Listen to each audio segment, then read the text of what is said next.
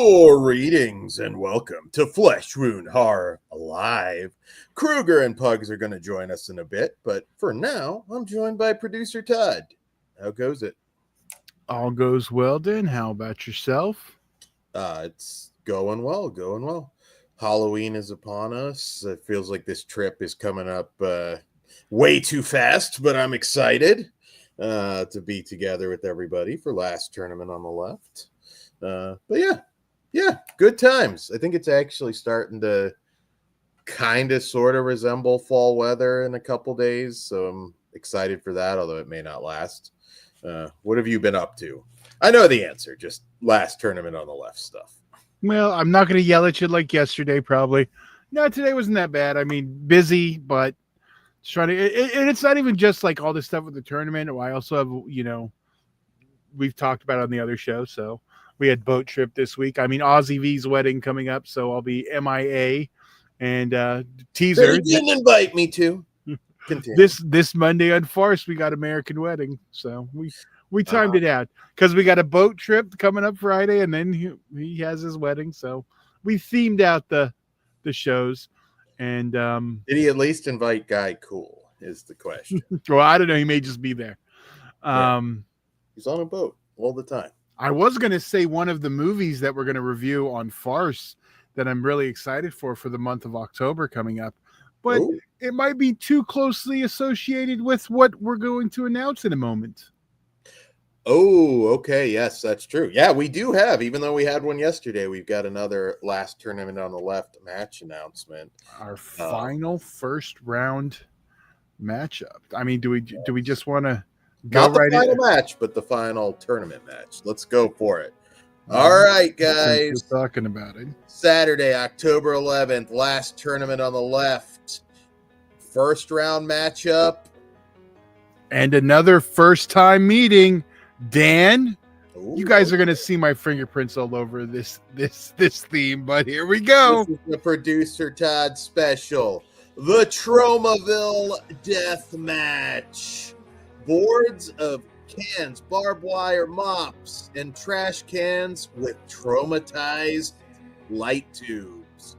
The Insaniac taking on Dread, accompanied by Stephen Jury. This is the first someone even more annoying than Dan. Damn, Todd, talking shit on Jury. Wow. Look, Insaniac, of course, has a lot of history with UEW, CCW. Insaniac is a scary, scary dude.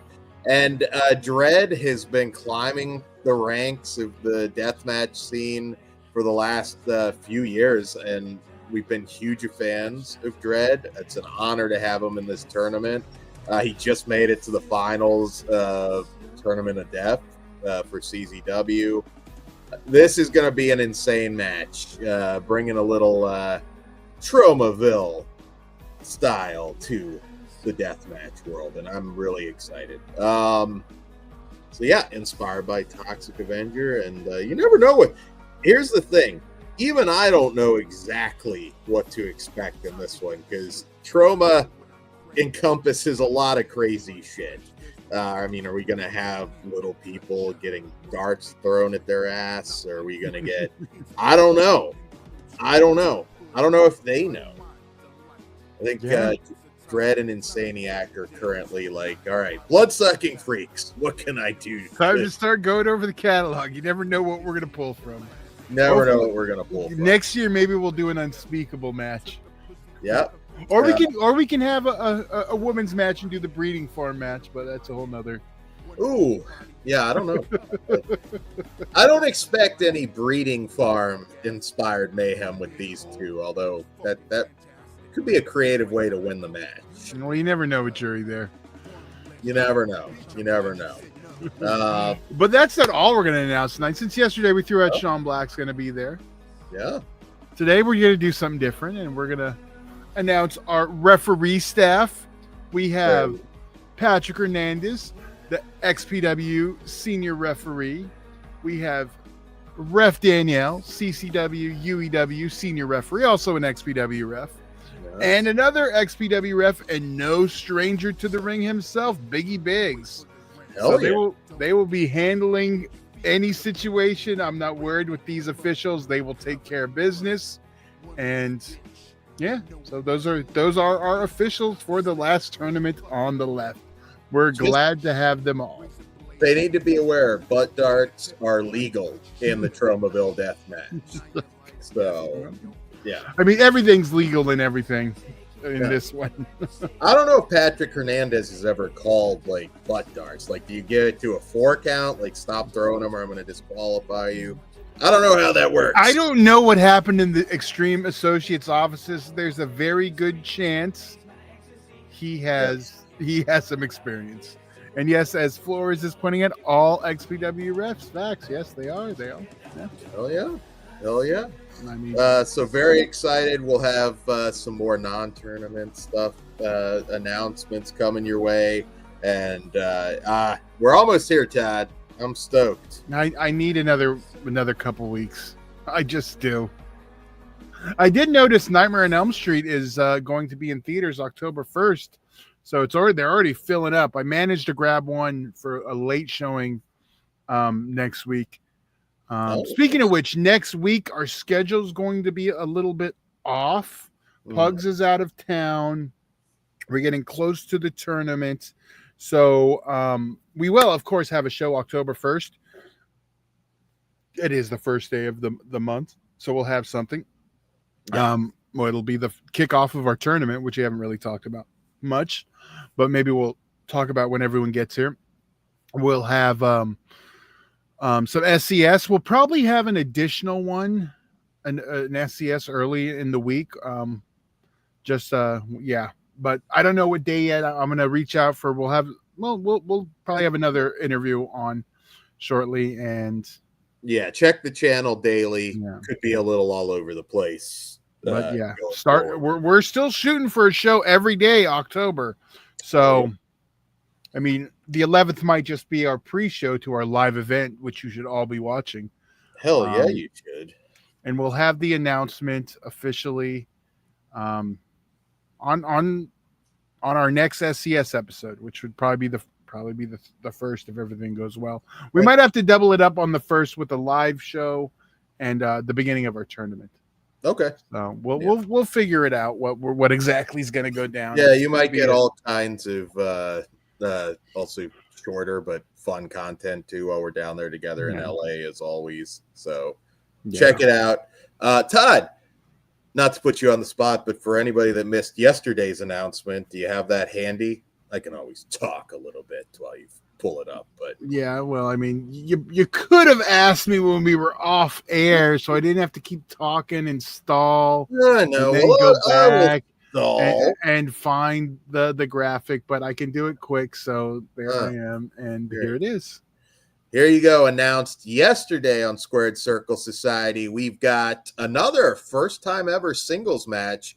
BC Killer taking on the Pumpkin Queen, Sage Sin Supreme, in a Texas Weed Whacker Massacre death match.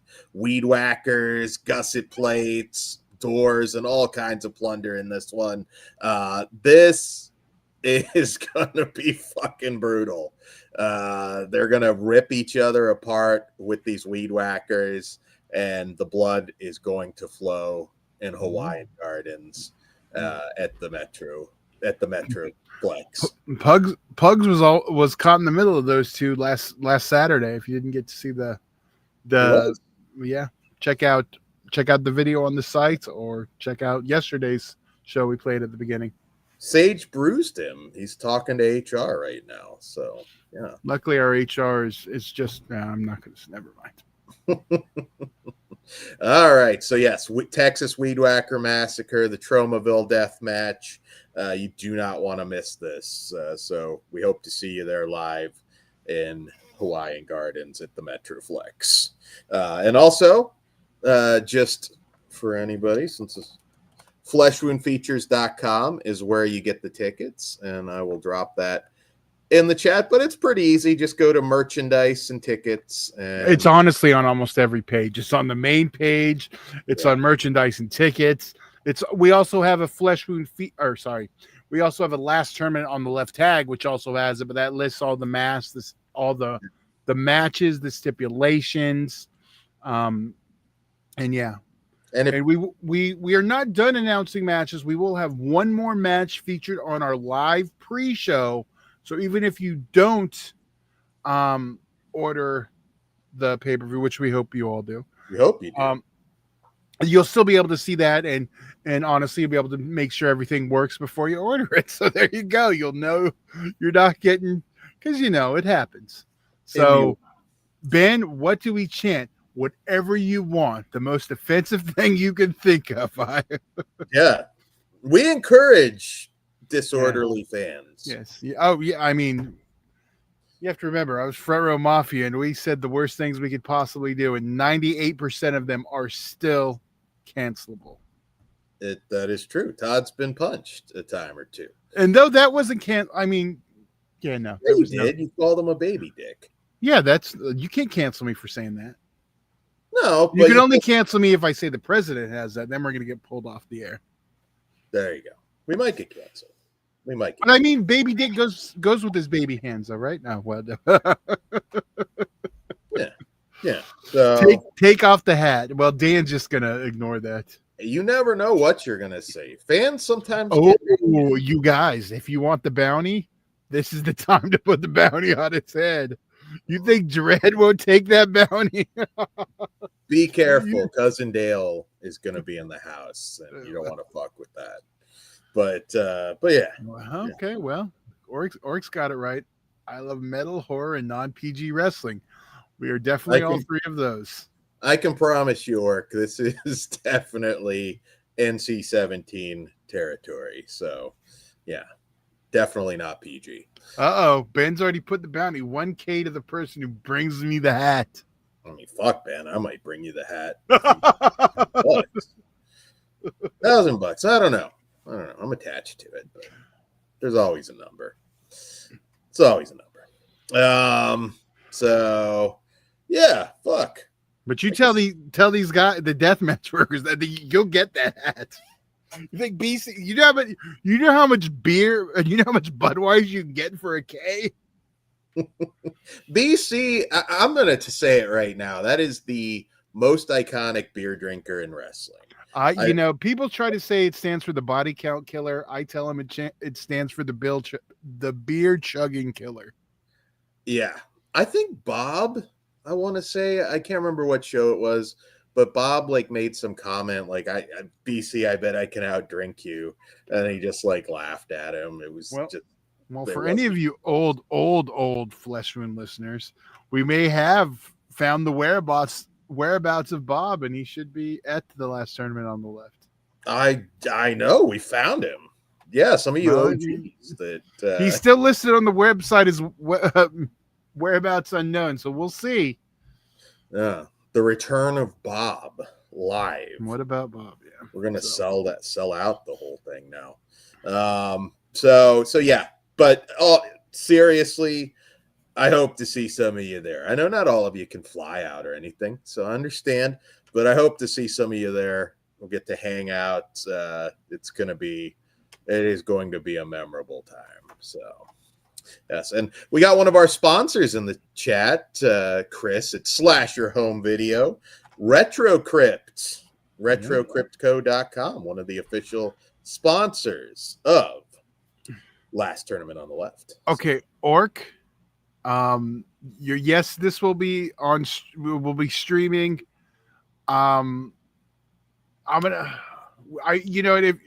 Orc's in our Discord. You talk to Orc anyway, so yeah. Even though we will probably not announce it next week, I may have something to mention in Discord after tonight. I'll just say this: we do have a post show tonight, and I am testing something tonight. So once the test is done, we'll kind of have an answer. So if you are a patron tonight, we will be streaming a post show. I'm doing it a little different. But join us, and you know what? I'll fill you guys in on Patreons with some stuff too. I'll throw some of that out there. Sweet. So yeah, get on the Patreon, patreon.com/fleshwoundfeatures. All right, Tad. We waste enough time yet? Well, I know we have a trailer reaction, but are we waiting for that? I figured we'd Wait, okay. Well, So you know what? Let's Pugs isn't a fan of trailers reaction, so why don't we do that now to kill some more time? yeah. All right. So The Bride, the new sort of Bride of Frankenstein adaptation with Christian Bale. Let's see it. Let's check it out.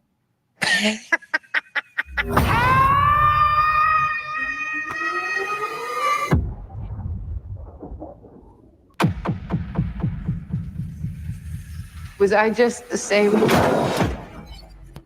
before the accident? Took a good bump there. Tuck your chin. It wasn't any accident.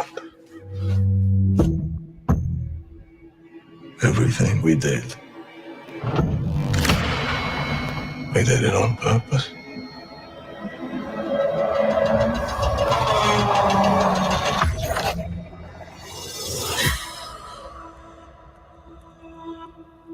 There's nothing left to do now but live.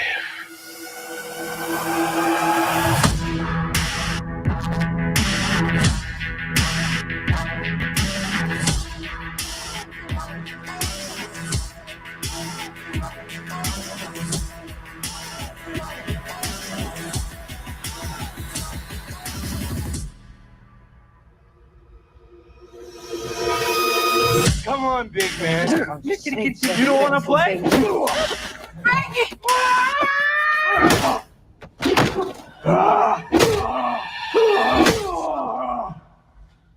Burn it down. Until death do us part.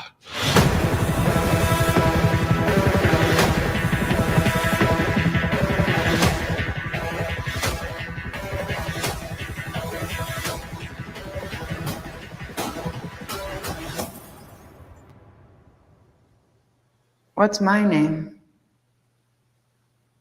I can't remember.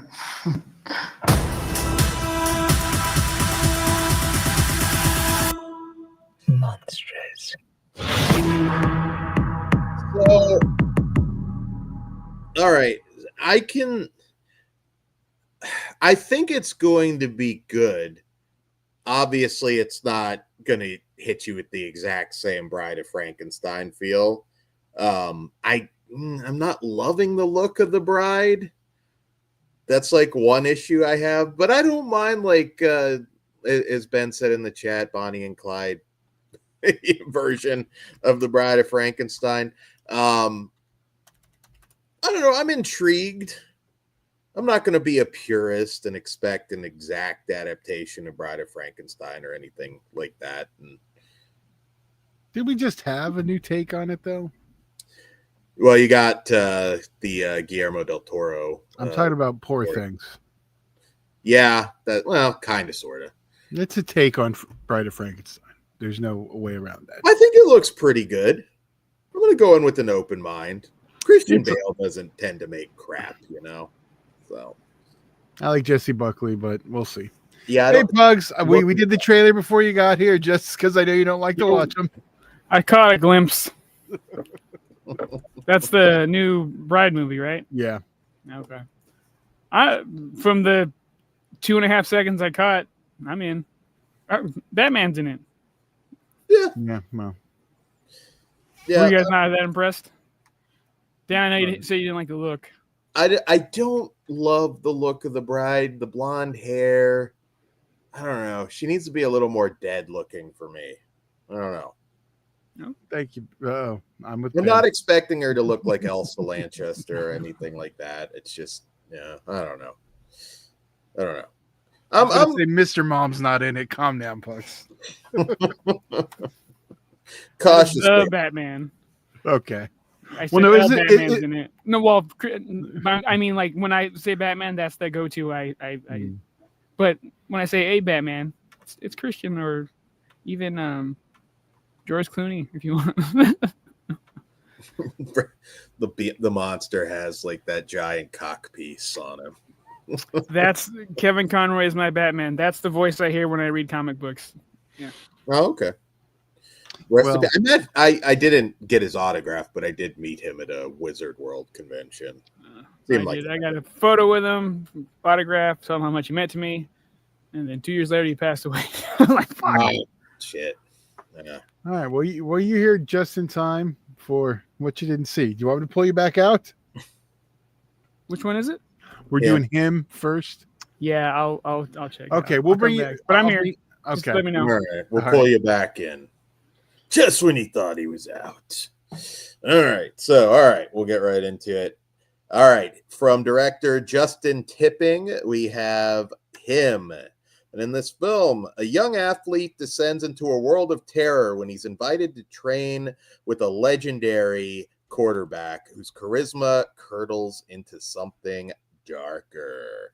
So this is from producer Pug's favorite, Jordan Peele. And yeah, so all right. So this is definitely one of those like style over substance movies. You know, if you're not into kind of the music video style editing, you know, visuals over story, you might have some issues with this one. I liked aspects. I'm going to say in a very small role, Naomi Grossman of American Horror Story fame steals the show here as an obsessive fan. I thought she was the best part of this movie. I think script-wise, it's very muddled. There's a lot of unexplained shit that it felt like there was a lot of missing story here. Like it could have been a little longer. Maybe they edited it down and there's a longer cut somewhere that kind of flows a little bit better.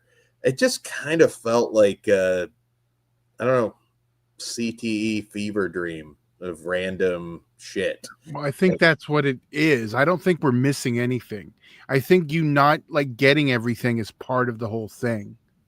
Because you're not just like him. He's not. Yeah, but if I say I wish Kruger was able to see this because I'd love to get his take. Because that's what with him on this. Well, no, but I mean, even just like what they're going for, because I feel like that's what they're trying to give you, that CTE experience where not everything not making sense. It kind of works for the story they're telling. If you're trying to make it that it's all in his head or something, maybe I felt like the whole like sacrifice element to it. Like there's a lot you could have explored. There's certain, like I said, threads. I don't want to spoil it that didn't quite connect. Like the finale, blood soaked, kind of fun. I think we could have had a little more build to that. It wasn't. I don't know. I think they could have also explored the temptation aspect a bit better. This movie probably could have been a little dirtier. It just lacked kind of true horror for me. I don't. Well, it's. I don't think it's technically is even a horror film. It's no, even, it is. Well, I mean, it's not branded as such even. Well, I don't know. I mean, it's definitely a horror film. I know, but it's not like. It doesn't really fall like into like I don't think AMC's marketing under their thrills and chills. I mean, it is more suspense. I mean, this is a body horror film. This is 100% horror. Really? I don't care whatever they're trying to say it is. This is a fucking horror film. I would not call no, it. it is. I just had to double check. It is under thrills and chills. Oh, okay. Yeah. I mean, you never know with them, but yeah, I don't know. I see what they were going with it. It's not my favorite, but I was fine, and I don't care that. Again, you nailed it. Style over substance, and sometimes that's okay. I didn't need it all to connect. It's not what I'm really probably ever going to need to watch again, but yeah, I get what they're going for, and I thought it was fine. I get why it's underperforming. The trailers never really did anything for it. For me, I think a lot of normies, general audiences are going to come in expecting more like, oh yeah, it's a football horror movie. And I think they're going to be let down. I didn't hate everything about this though. I do want to be clear. I think Marlon Wayans. That's what I was just getting to. Yeah. I think that was probably my favorite part, seeing him do something totally different than he's used to.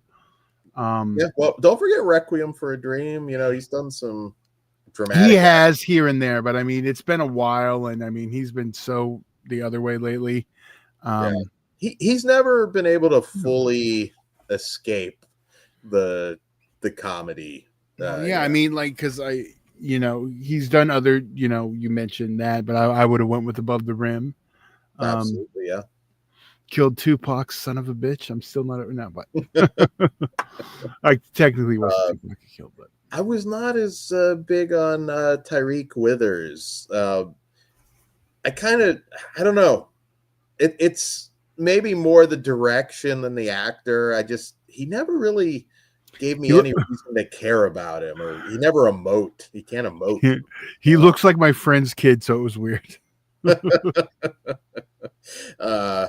There's some like I said, some what the fuck kind of stuff. I won't say I was ever bored. I'll give it that. That's my thing. I was entertained the whole time, so yeah, it's like I don't mind. Like it, I'm going to the movies to be entertained. I was entertained the whole time. Does it all line up perfectly? No, but I mean, close. Yeah. So if you're just like, if you just want to ride, that's what it is. Yeah, I don't think it's the greatest ride in the world. Yeah. I think I could have used a little bit more, just a little bit more. I did also like Jim Jeffries, who is sort of the doctor. Yeah, he was.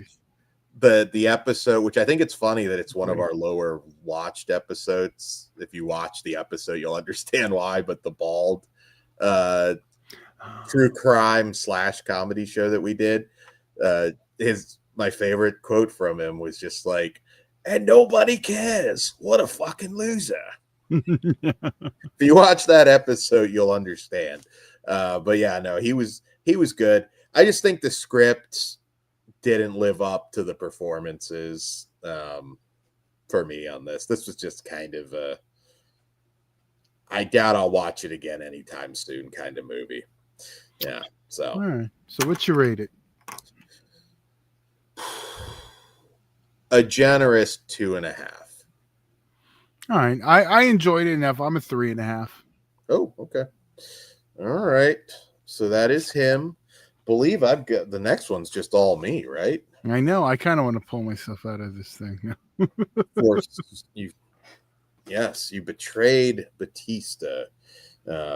I just ran out of time with show stuff, so I'm going to take my headphones off so I don't have to hear you. I'm just going to pull. Well, I don't want to. I'm still going to see it. I can do a wave or something, Tad, when you're okay. Then wave. All right. We'll take the goddamn headphones off. I can't hear you now, so go ahead.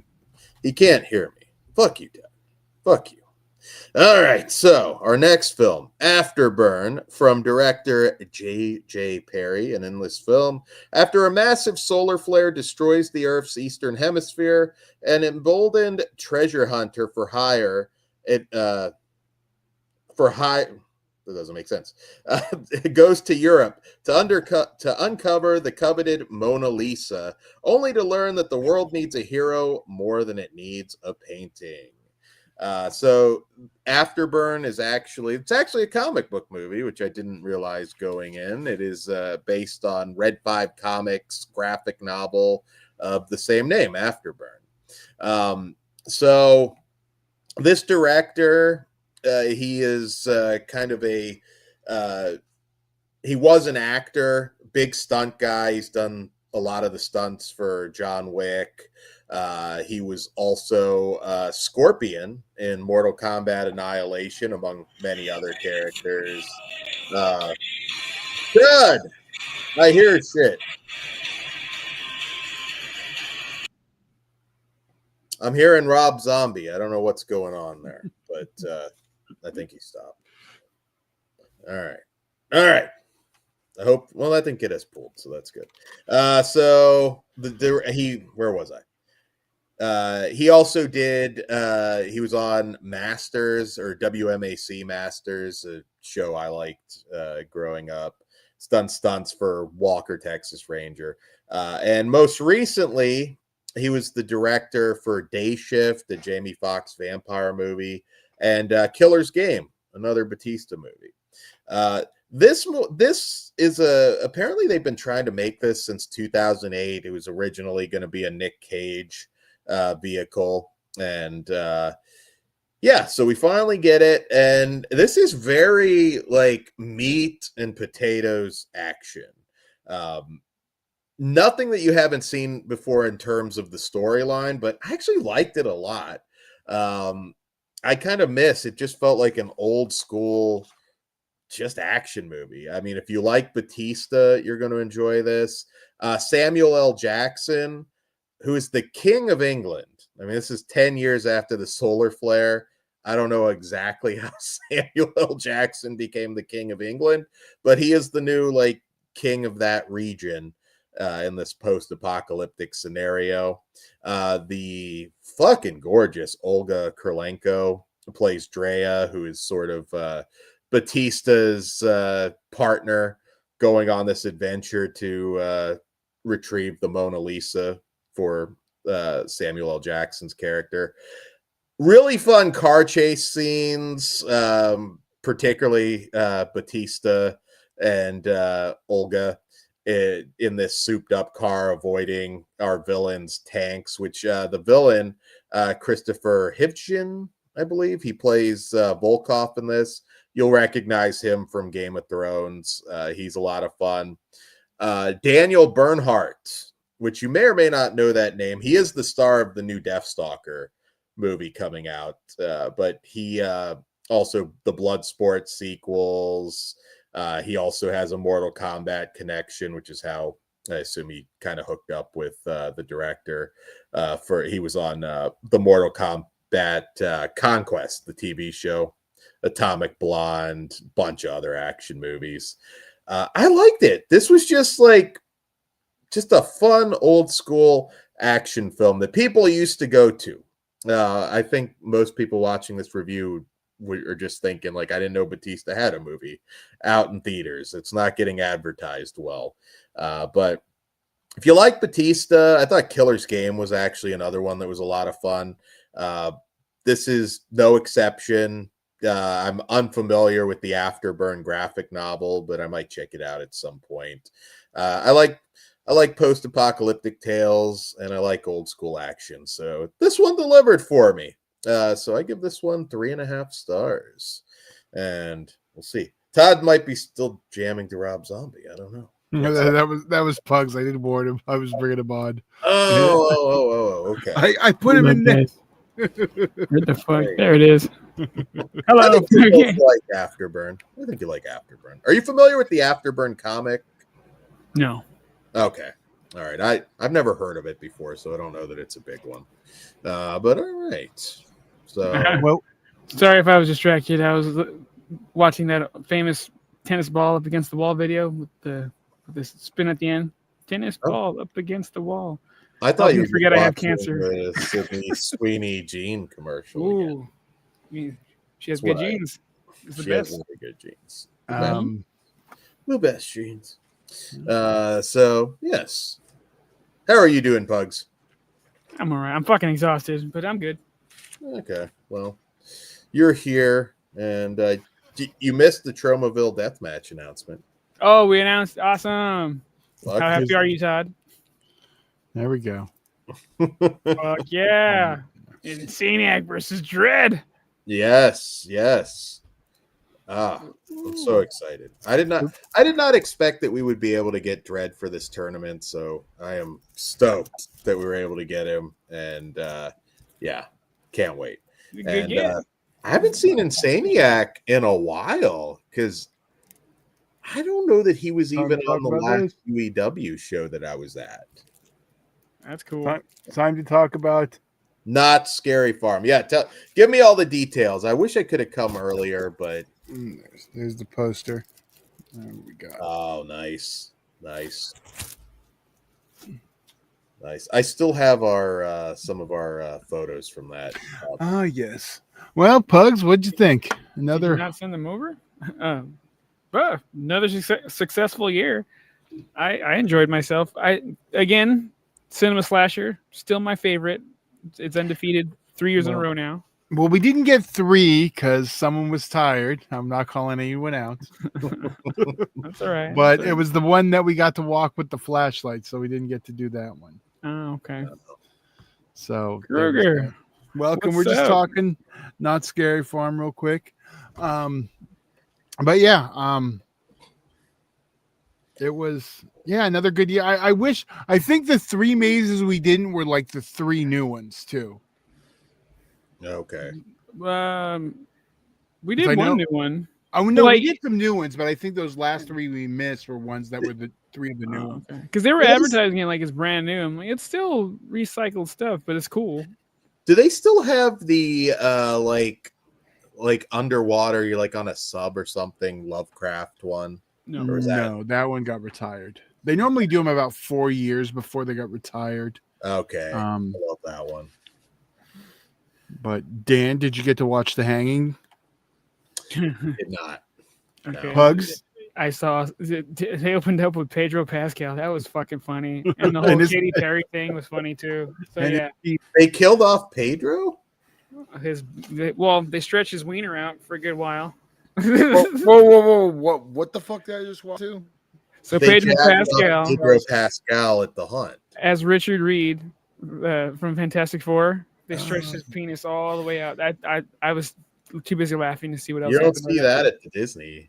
No, although you can now. They did add quite a few Six Flags jokes. They did.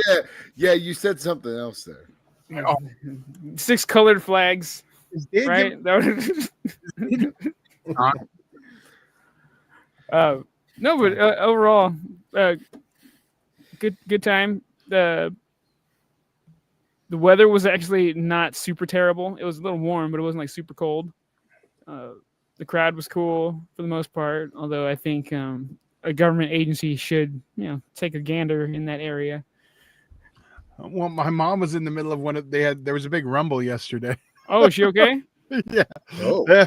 She held it down? Okay, she took her belt off? I saw her in one of the videos. But here you No go, shit. Kruger.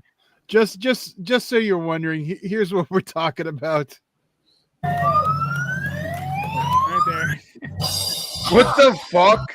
It's Mr. Fantastic's stretched out wiener. There you go. There you go. You got cock on YouTube. And what? If the anyone wants to watch The Hanging in the entirety, I'll drop it in the link. Discord. and this is where? At Knott's Berry Farm for the Halloween haunt. Why did they pull fucking goddamn Mr. Fantastic's penis Every out year like they that? do. They hang a pop culture celebrity, so they make fun of a bunch of people. Katy So, Perry got like- shit for like being an Guar? astronaut. Yeah. Not as cool, but yes, that's it. That's exactly what they do. But they hung him by his cock. No. no. Who- They who- just stretched do his we shit want- out. They jerked his cock. No, who were they going to hang at the beginning? Katy Perry. Okay, it was Katy Perry. Yeah. Okay. Yeah. Yeah. Yeah. They're giving her shit about being an astronaut. It's pretty funny. I know what upset you the most watching it though. Was the Sweeney they got? You're like, that's no Sydney. No fucking city, man. Like, I have a good imagination. It ain't going there. Pretty sure Pugs will. I would have saved the day. I would have swung off of Mr. Fantastic's It's dick like real an adventure to movie. me. Stage rush. If it was the 90s, that thing would have gone a lot harder. But Yeah. You can watch some of the old shows on Yeah. YouTube. I know. well, they don't go back to the 90s. I mean, No, but yeah, you can pretty much watch the last 20 years. Every once in a while, I'll go back and revisit them because, like, all the ones previous to that, back when it was a little loosey goosey with the copyrights, they straight up used to just have Freddy, Jason, and Leatherface in them until one year it all stopped. So, okay. and then I remember what? They did add one new thing I thought was pretty funny. It was 3 or 4 elephant butts you had to walk through, and they did Yes. fart in your face. I was like, this is pretty fun. What was that one on? Was it where you that almost is lost your Knott's Berry? phone? what? Where you almost lost your phone? Whatever that one was. Oh, okay. Shit, Chill or something. Oh shit! And, Yeah, this is at Knott's Berry Farm. Yes, Yeah. sir. Halloween haunt. You're walking through elephant assholes, Mr. And they're Fantastic- farting on you. And they're farting. Mr. Fantastic's cock is being fucking stretched. What the fuck is going on over It's there? Halloween time, man. That's what they do. They get weird over there. The elephant farting on you and Mr. Fantastic cocks are separate experiences, though, just to be clear. For now. I don't know what they do when they close the park. That's a whole different thing. Oh, I got to ride through the arcade when it was all dark and closed with the cart. That was like a weird experience. And the lady, I didn't know where she was because I was supposed to go left and I went right and all the way around. So she was looking for me. I was like, well, you should be better at your job. She tried to explain, like, it was like, you go left here. Oh, no, right, that hard R was before. It was the one after. I know. Nice lady, but stupid. I was just like, Jesus. Just, whatever. Where do I go, bitch? That's all I need to know. Yeah. Totally could have rolled through that sumbitch, too. There was plenty of room in that one. Yeah. I remember, was it me and Chasen, I believe, where we like lingered too long at the Freddy versus Jason? That was at the Warner Brothers. Horror Made Here, the coolest fucking thing that's ever been. Ever been. Oh, that was awesome. At Nightmare at Camp Get Crystal your Lake. shit together, Warner Brothers. That shit was awesome. Yeah. Cliff, they made fun of his anxiety too in the hanging. Yeah, we were fucking around just like looking at everything, and then we like wandered in, and it's like Jason's like Freddy's like in his underpants changing. Dude, I was during the headlights when the Jason walked up from the lake. I was like, that was cool. It's real.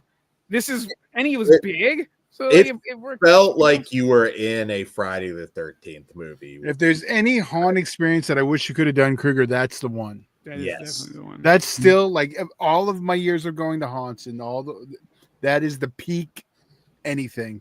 Yeah. That Warner Brothers has never done it again, and I don't understand. The change of the guard. There's too much shit back there. They can't focus on it. So One of hopefully, once they get their shit lined up, it'll come back. One of these days, we're all gonna have to go down to Jason's haunt. Yeah. Yeah, I know. I really like it's. He just is the last 2 weekends of the month. We'll have to time something out next year, maybe. Yeah, because I guess his starts as Freddy, and then it turned like this year it's all gore. Yeah, he was telling us on the podcast everything. Yeah, it starts as Freddy, and then like it goes into like fucking Terrifier and shit, which is pretty badass. Yeah, he needs to do a walkthrough, film it, throw him up. That's what I've told them when I was over there at hanging out with them over the weekend. Right. Yeah. If I was out there, I'd do it for him. You know. Yeah. But by the way, I have a little highlight clip that I posted in our group chat if we want to play it at the end. Okay. But yeah, I just how's your knee? Let's do that first. It fucking hurts. But I think it dislocated. So for like 4 weeks ago, it fucking popped. I told you guys it popped out and popped back, and I had to force it back in. I think it popped. It slipped and then slipped back in. You'll see it in the video at the end, but I should be fine. There's two videos. Which am I grabbing? Or am I grabbing? They're both. Okay. Yeah. But yeah, no, I came back from Primo Slave of the Death match this weekend. Got a nasty new little scar. But yeah, it was fun. It's fucking. I was a little disappointed though, because like I said, I hurt my knee in the second round, and so I didn't get to do as much as I wanted to in the finals. But well, I couldn't tell when they were all trying to gang up on you, those fucking cowards. So you held your own. Yeah. I mean, getting speared onto bare boards and then getting exploded twice. I there wasn't much I could do afterwards. But fireball to the eye. Man. Get hit with a couple bombs. I mean, yeah. But nah, dude, you did fucking awesome though. Gorilla press. The gorilla press, like holy shit. That one popped me. It's cool. Threw a table in the corner. I mean, that's gonna be my new like yearly Primo spot because I did that last year too. Oh Yeah. But yeah, Primo Slave to Death match on Triller TV. Make sure you get to check it out. It's a very interesting 3-day deathmatch event. There really is nothing like it when it comes to deathmatch wrestling in the States. I don't know of any other deathmatch company that does more than 1 day. And the way that Primo's is set up now is like the first day is like a no ring in the murder box, and then the last 2 days. Is that what it's called? Murder box? The murder box, yeah. Okay. They need to get that over on commentary. That's badass. And then the last 2 days are in a ring, and commence the tournament. But it was a lot of fun. I got to meet some new people. Dmitry Alexandrov, maybe my new best friend. Him and I Found Jesus. dude, Deathmatch Jesus and I hung out because him and I got there first. And that's a pretty good tag team if he'll I'm really gonna say, dude. dress as Jesus. It's just like but no, it was a fun time, and I just if you guys haven't watched Primo Slave to Deathmatch before, it's a really interesting 3-day event. There's really nothing like it. And it's also the longest going deathmatch tournament outside of TOD in the States. They've been going on for 16 years now, and I'm just anytime I'm able to be a part of it, I'm excited. It's fucking fun. Breaking kayfabe, but the fact that all the boys basically stay in the same house and just get to hang out for 3 days is fucking. There's not anything in the States like it, and it's a lot of fucking fun. So I highly recommend, if you have the Triller app and the subscription, go check out Primo Slave the Deathmatch night 1 through 3. There's a lot of good shit on there. Dmitry Alexandrov versus XJ Chaos, who's that Juggalo kid. Mm-hmm. They probably put on one of the best no-ring death matches I've ever seen in my life. I watched the whole thing like from the back, and it was just fucking killer. And the show is filled with killers. Neil Diamond Cutter, fucking Urza Menagerie Tinker had a great match with Urza and Neil in the second round may be like death match of the year. To be honest with you, it's one of the fucking best death matches I've seen all year. So you're gonna have to tell Dimitri to clear his schedule next year, because I have a pretty fucked up idea in my head. I think the team name, if you team up, I would like Blasphemy. That should be absolutely. Well, that's his whole thing, is like he's bad Jesus. So Right. yeah, bad Jesus and the reckoning from hell. That works. But yeah, man. Glad I made it on, because I was struggling. I had to make sure that I got Alien Earth in right before I came on here. Yeah. Well, before we do Alien Earth, we got one more movie to chat about. Yes, we do have one more movie. The Shudder movie. Yeah. Yes. So our next movie, Night of the Reaper, from writer-director Brandon Christensen. And in this movie, college student Dina visits home and is roped into babysitting. The local sheriff is mailed a piece of evidence and is led on a scavenger hunt to reveal the killer of another babysitter. So this director is no stranger to Shudder. He's directed Z, Puppet Man, and Superhost, which I know we've reviewed, I think, actually all of those. Superhost was a lot of fun, I remember. That's that slasher movie, right? Oh, yeah. Kind of more, psychological thriller, more, I'd say. But yeah, Krieger, what'd you think of Night of the Reaper? It's 100% a Halloween clone. I mean, it feels like a Halloween clone throughout it, but it does twist, though. But yeah, but it has things that are different, but you could see where what they were going for. They were going for a Halloween-esque style slasher.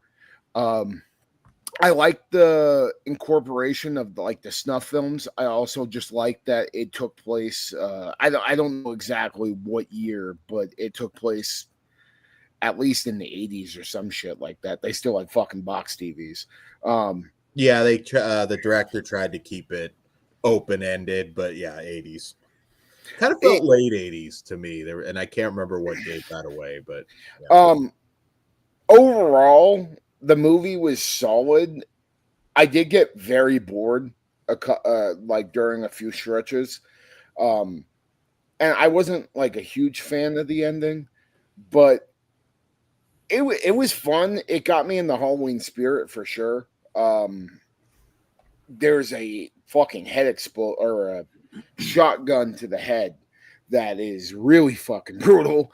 And There's some nice practical effects sprinkled in there, but the ending made me want more, I guess. I just wanted something a little bit stronger. But overall, I mean, it's a solid Shudder movie. And if you need something, for the Halloween season, this is right up your alley. It's a good warm up to get you ready for all the other Halloween classics that you're going to watch throughout October. But it's not like going to be on my top 10 or anything like that. It just was a solid Shudder movie. I would say it's about average. But I can see other people enjoying this a lot more too, especially with the snuff film angle. That it really does feel like Halloween, but then with the snuff film style angle that they fucking pulled in there with the other stuff, I thought was pretty well done. The twist kind of lost me. Let's just put it that way. Once we got to the twist, I was just like, okay, that's what we're going with. Whatever. It's kind of how I was too. Like I didn't love it, but I was like, all right, whatever. It's a little try Yeah. hard. Yeah, a little try hardy, yeah. But at the end of the day, I mean, it's better than a lot of other shit I've seen on Shudder recently. So yeah, I still enjoyed it, but I get what you mean with that ending. Like I was on for the ride. I had a good time with the ride. I mean, things I would have liked different, but overall, I thought it was worth watching. And yeah, it did get me in the mood for the time of year. Well, it had a lot of ingredients and elements I usually enjoy, but for some reason in this one, it I don't know, kind of felt condescending or like a little snobby. I don't know. Yeah, it didn't grab me like I thought it would because Dan, I think you were excited about it, but yeah, it's just okay. Like it's shot well. Everyone's doing a great job. Just I'm not really invested in these characters, and at a certain point, I was like, I hope everyone dies. But yeah, for whatever reason, it made me want to watch Dark Harvest though. Like because it has the similar Halloween tone and it's a newer movie. It more than anything, I was just like, oh, maybe I'll throw on Dark Harvest now. Yeah, no, I definitely like this one better than you guys. I thought it's not you'll be a little disappointed if you're expecting a slice and dice slasher. It's not, it's not that. But I really felt like the twist this movie kind of going a different angle. I like that a lot. I also like that this movie felt authentically 80s. And, I like a lot of the neon drenched stuff that we get, the nostalgia pieces, but this just kind of felt like, okay, yeah, that feels more like what it was like in the 80s. And I guess Todd really can speak to that. Yeah, I was going to say, Dan, what were you alive in the 80s? You were 4 years. I know. I've known a lot of old timers. It's like it's like the kids born in late 90s calling themselves 90s kids. Bastards older than Todd that it will say like, yeah, I never remember the 80s being like. Just I remember 89. I was 3. I watched Batman. Life changing. There you go. Caught the end. But I loved our lead, Jessica Clement, who plays Dina. I thought she was really, really good. I know the director was inspired by When a Stranger Calls, and you can certainly see that.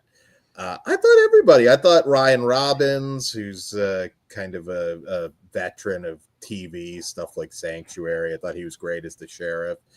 It's a really good small-time slasher with the twist, and it didn't...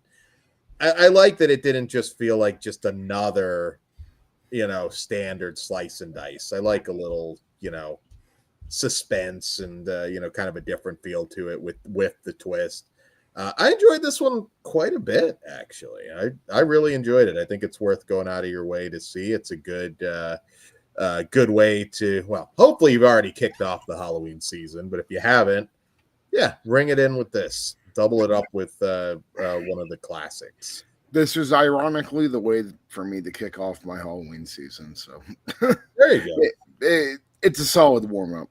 I'm ready for more though. I'm more excited about VHS Halloween than anything right now. Oh, yeah. October 3rd. Well, I just realized I botched. I haven't put up one of our graphics the whole night.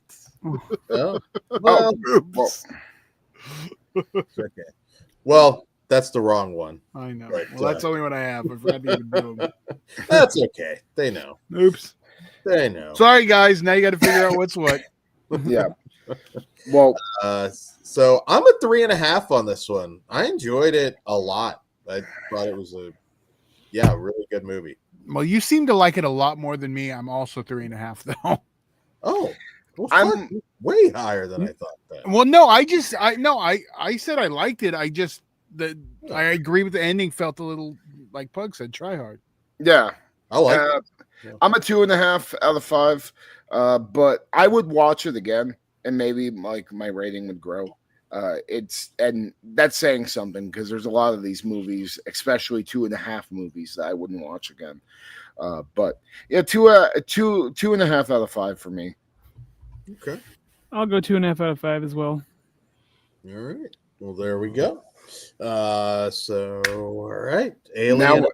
Now we get to the good shit. Okay, well, I'm just gonna do this on full out because I know we're gonna be spoilers. If you have not finished this, you might want to dip out now. Alien Earth. Yes. We'll be on doing the finale. Patreon shortly. So I'm just gonna do the full on spoiler. So we're gonna talk spoilers on Alien Earth right now.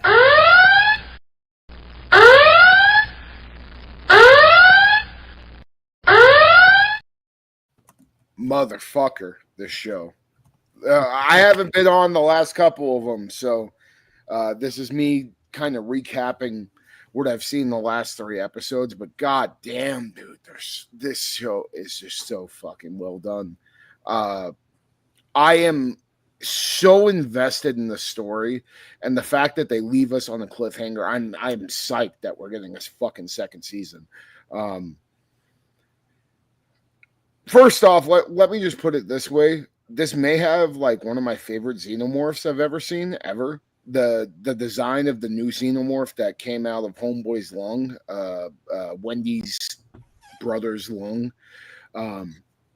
Just the yellow dome looks so fucking cool, and just the design of that alien compared to the design of the alien that we got at the beginning. Wait, Or did he the come out of the xenomorph. doctor? The doctor guy, not the brother?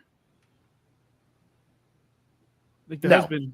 No. They fixed the brother's lung. If you go back, Yeah. Okay, my bad. I was thinking of the beach scene. Yeah, been a few episodes.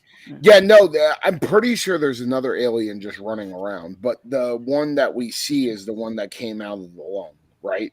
Am I correct on that? The one on the outside of the beach? Think so. I'm not sure. Yeah. Well, because the little baby one that was with it was the one that popped out of the doctor at the end.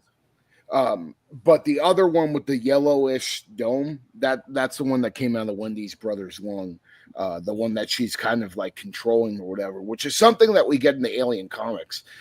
She's a queen. There's a lot of fucking people bitching about like, oh, now we have fucking the xenomorph acting like a pet, and it's like if you go and read the comics, specifically there is a fucking synthetic that can control the xenomorphs in the comic books. And it looks like we're getting a lot of stuff. We had some of that in Resurrection and Alien 3 too. So. Exactly, with Ripley and being able to control them and stuff. I just love this show. The eyeball monster, I forget what they call him.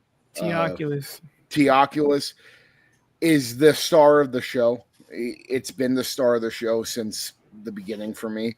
I need a little bit more like motivation because like right now it's like they've really given us nothing. But I agree, it is cool, especially when it's the fact it's so intelligent, it can understand humans. That's what's really interesting about it. I just don't know anything else about it versus when they first introduced it. You know what I mean? Like I feel like it may be coming. It's just we do know more about it. We know it's more intelligent. We know that it understands English. We know that it fucking like it understands its surroundings.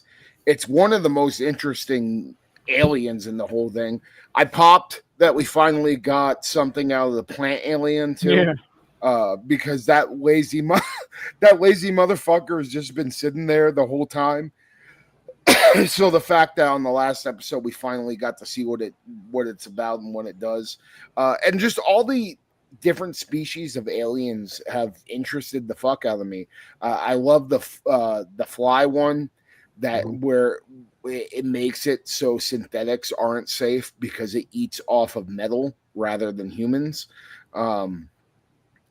This whole show has just been a fucking gem to me, especially episode 5 or 6, whatever episode 5, where it's essentially a alien sequel or alien prequel, whatever you want to call it.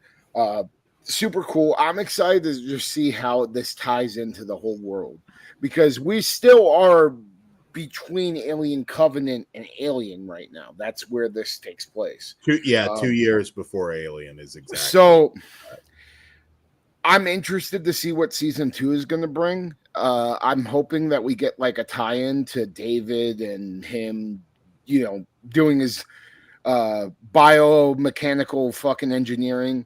And maybe he just dropped off a bunch of these xenomorphs on one planet, and that's why Wayland Yutani is trying to fucking get a hold of it to figure out what the fuck happened with one of their synthetics, making this fucking horrible monster that can destroy everything.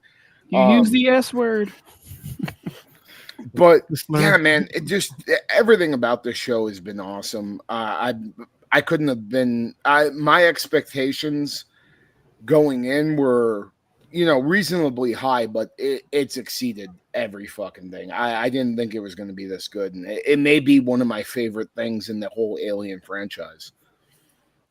Damn, I could not blame you if it was. I've throughout these 9 weeks or so, however long it's been, I've been praising this show and waving the flag proudly. I think I set myself up. My expectations might have been a little too high because that last episode did not meet it. However, I am still in for season 2, because I love where we're going. It's just, I don't know if it's because I wanted more. I want more. I still want more. But the battle between the synthetic and Morrow. Yeah. It was too quick for me. Like that needed a bigger moment. It could have been like half an episode, and I still think I would have been jonesing for more. The character development / change for the kids, I was like, I didn't really want that, but I'm here for it. I'm interested. I don't know. They just took a bunch of turns, which I guess is good because I didn't see a lot of it coming. And I'm still invested heavily because I just love this fucking world. Do you guys think, like, one issue I'm having, and again, I love the show, but Wendy's a little too invincible, I feel like. Like right now, it's like they've just introduced really hasn't so much where it's like, we really she's only fought one xenomorph. Yeah, but she seems powerful, but I don't think she seems invincible. Control, it's just God. She she's feels the like favorite. Well, yeah, she should be, because I think she's gonna end up being like the main fucking villain. Just the sense of danger. I do hope they just make her like just really go down a dark fucking path, and that's where I'm thinking it's going to happen. I think she's going to turn on her brother at some point. I don't think she considers him a brother anymore. Yeah, she got all pissed off because the synthetic that he shot was more family than him now. But and either way though, the episode, I think the last episode, I don't know if it felt rushed or hurried or I wanted to take its time. It just went too fast for me to like fully give it my stamp of approval. Like episode 5, like I'll flash that thing all night and day. If you got in here, I'll talk it off. Because I still need more from the boy genius. He's Boy Cavalier, yeah. But yeah, like the way he treats fear is very interesting, because I will give it to Wendy when she opened up the door to have that conversation, and like the look he gave, I was like, oh, this is cool. That's intimidating as fuck. Well, and it almost seemed like he was impressed and happy that she did it. But also, he's playing poker. Like, I can't show you how scared I am, but bravo. Yeah. Yeah, overall, as a whole fucking series, the show fucking rules. It's fantastic. It's just keep your expectations leveled so you don't experience what I did. Well, yeah, I mean, we don't get a definitive ending. And I mean, Well, obviously, you should. because we're going to get a second season, but I just hope that we end up with a queen by the end. And I have a suspicious feeling that this yellow domed alien is going to turn into a queen. Oh, really? Okay. I have a fucking feeling. Like, what gives you that? The relationship with Wendy alone, I think like she may like I don't know. There's just there's something in my head is telling me that like she is going to fucking like be a part of this thing's evolution into being a queen alien. And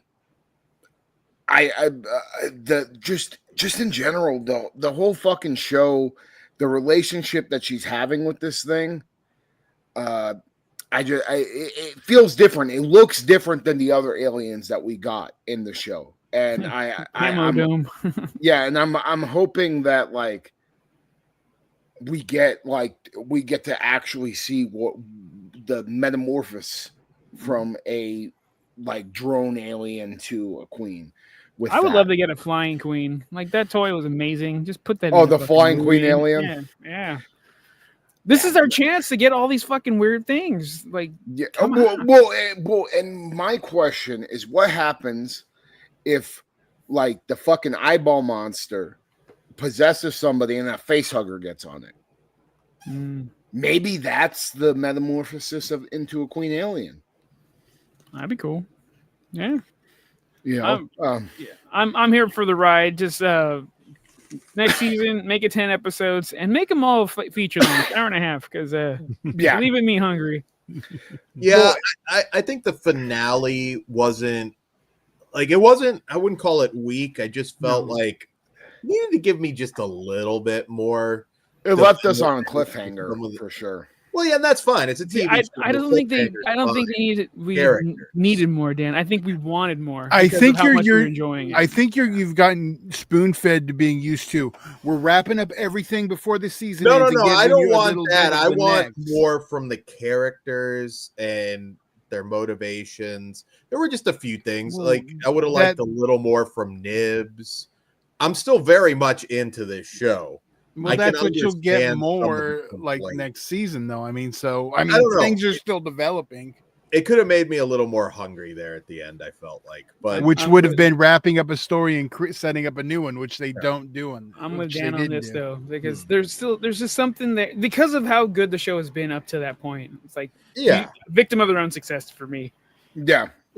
But again, you present that dick and balls, and like I am glad though that we got to see some action from the last alien species or whatever, that plant thing, because I've been sitting there and I've just been like, this motherfucker has been lazy as fuck. Chilling. He's just chilling, lazy as, but like the way that scene really, really got me. I was just like, it reminded me of something out of Prometheus, you know.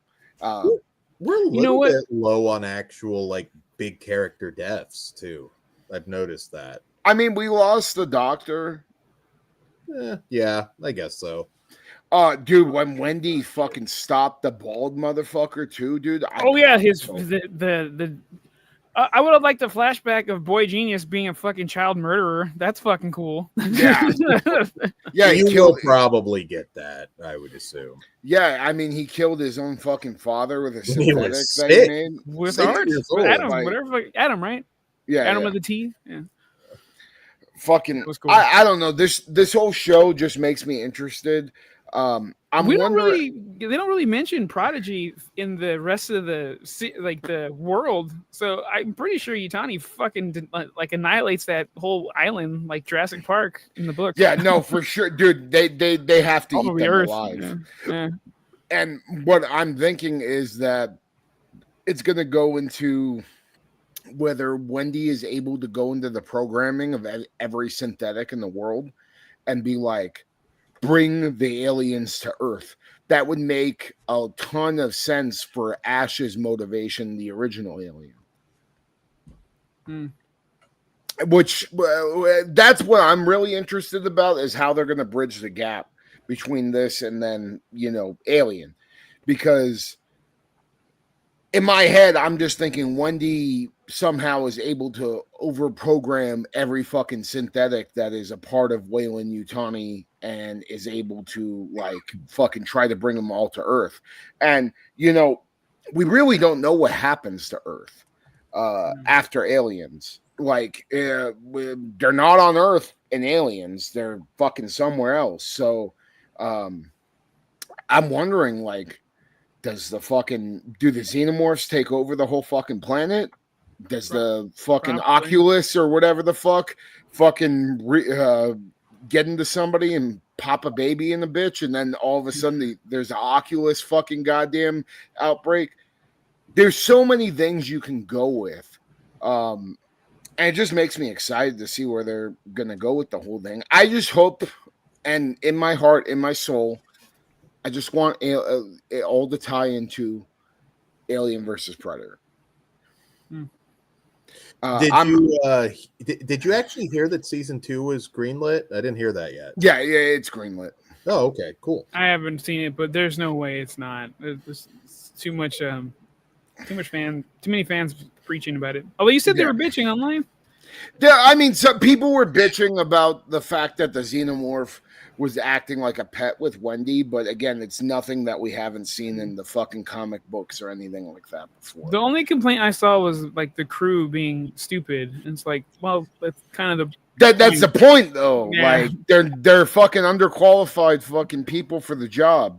But they also said it. It's that one dude in the first or second episode on the ship, we're smart enough to know better, but we're still bringing it home. I forgot exactly how. What I really thought was going to happen at the end, and I thought it'd be one of the big closers going into season 2, is I thought Kirsch might just fucking kill Cavalier and be, the guy. Maybe next season. I think Kirsch is more on the side of Wendy and also Morrow. I mean, when you think about it, Kirsch fucking helped Homeboy fucking bring the doctor out to the beach, So I think there's I think there's going to be a synthetic uprising, and they may fucking just make the xenomorphs take over the fucking whole goddamn Earth. That's where I'm going with the whole thing.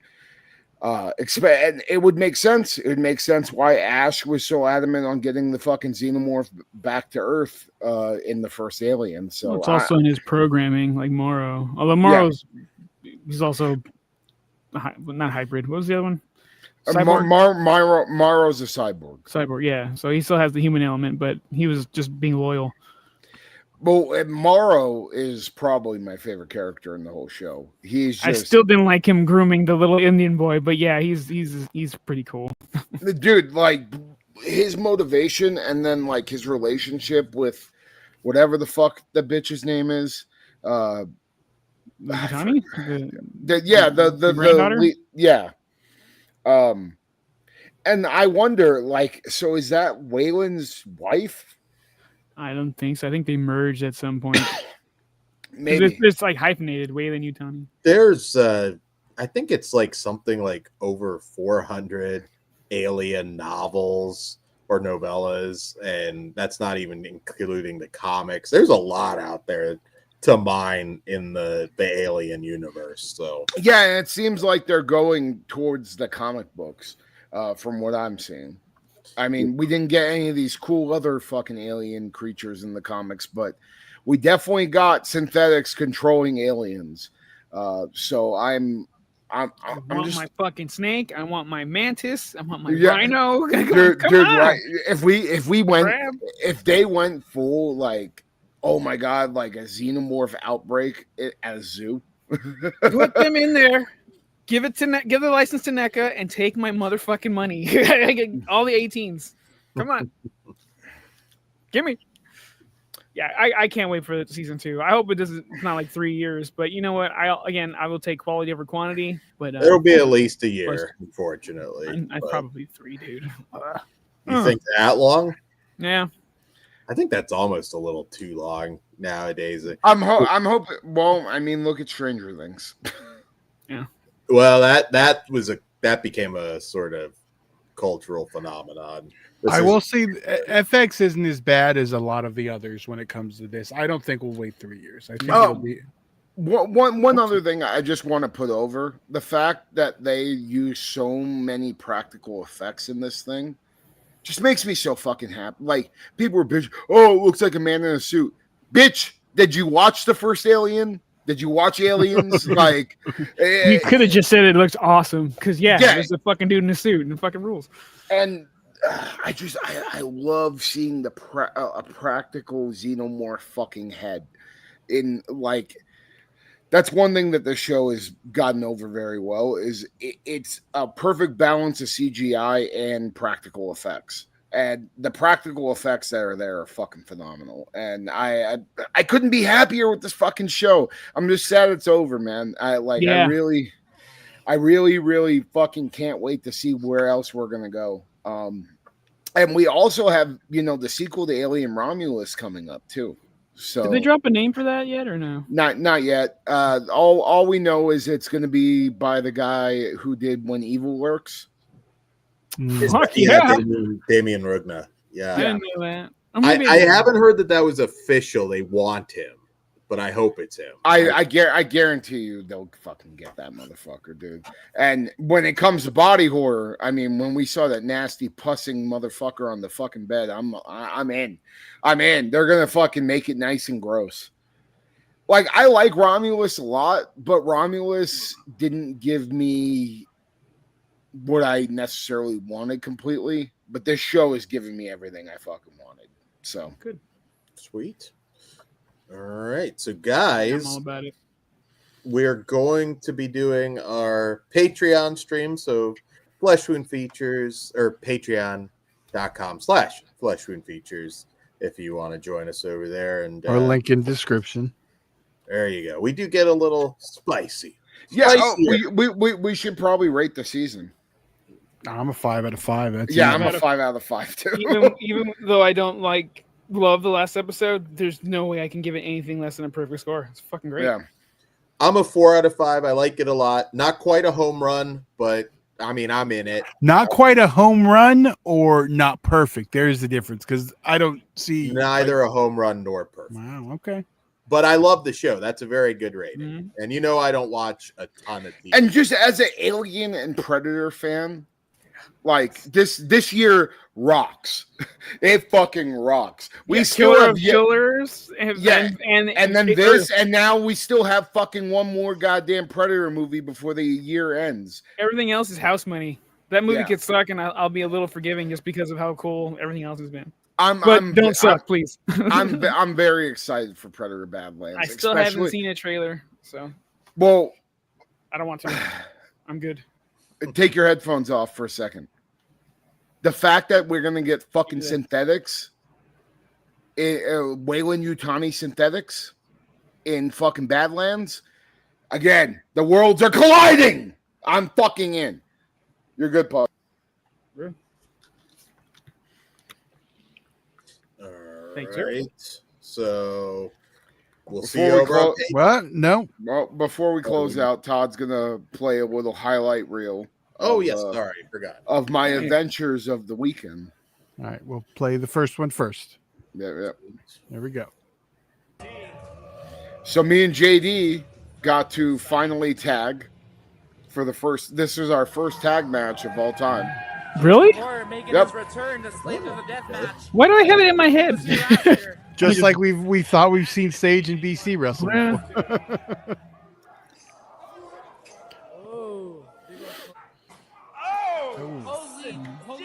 Toothpicks. It was a lot cleaner than the version we saw. That guy died, dude. Oh my God! We're starting this match off right. And blast it. Oh, and then Ruby returning the favor with another headbutt. Oh God, Anuka went straight through that closet door. Taking a kick, but nothing. He missed. You saw it one caught air. Is this the pile driver? No, yeah, There's a big right choke after. slam. I really like the way the pile driver looked, man. And Well, Ruby Flyers this isn't the dropped one I got ball hurt from on. the Okay, good. Apron to Crash Daddy on the ground. Oh, there's the sign. Package. Whoa! Driver into the door. That's it. Fire. Oh, this is cool. Yeah, hell yeah. That knocked him out. Did it? Oh, but he sat up. Part 2. Hold on. Midair. That gorilla press through the door was pretty. Yeah, that knocked him out. Oh, he gets the goozle. This is the pile. Look at my knee. Oh, package pile driver. 16 years enslaved for the death match. Oh, now they all jumping He's at the coward. same time. Oh, he pushes Yeah. us right off the bat. Absolutely, I'm glad that's where I would put my money. Wow. Wow. Oh, big super kick. Oh, another one. Oh, spear! my God. Dude, how hard is it? Extra hard is it with Oh, the boards being one. loose? Honestly, it didn't bother me. Satu decides to join. That's Did some- you see how that That's exploded? some kick. Exploded everywhere. Let me tell you. Oh, Remington with his own flavor. Oh. Oh, my God. Man. Here comes Niles with another. The ref is working on the outside right now. This poor bastard. He took this all on his In a tailbone. bad place. No. Oh. There's our fire. Oh. Oh. My God. So yeah, that was my weekend. Great So new idea though. So those bats. Do we want to save this for the post? Let's save it for the post. Yeah, let's save it for the post. All right. Well, we'll be live. I scheduled for I think about 10 minutes. Real quick, Dan, before we go, why don't we just Recap. yes? All right. So last tournament on the left. Don't know where we're going first, but last tournament on the left, Saturday, October 11th. You can get your tickets now at fleshwoundfeatures.com. I will drop the link one last time just here in the chat, but it's pretty simple. Fleshwoundfeatures.com. And it's And as announced yesterday. yes, as announced.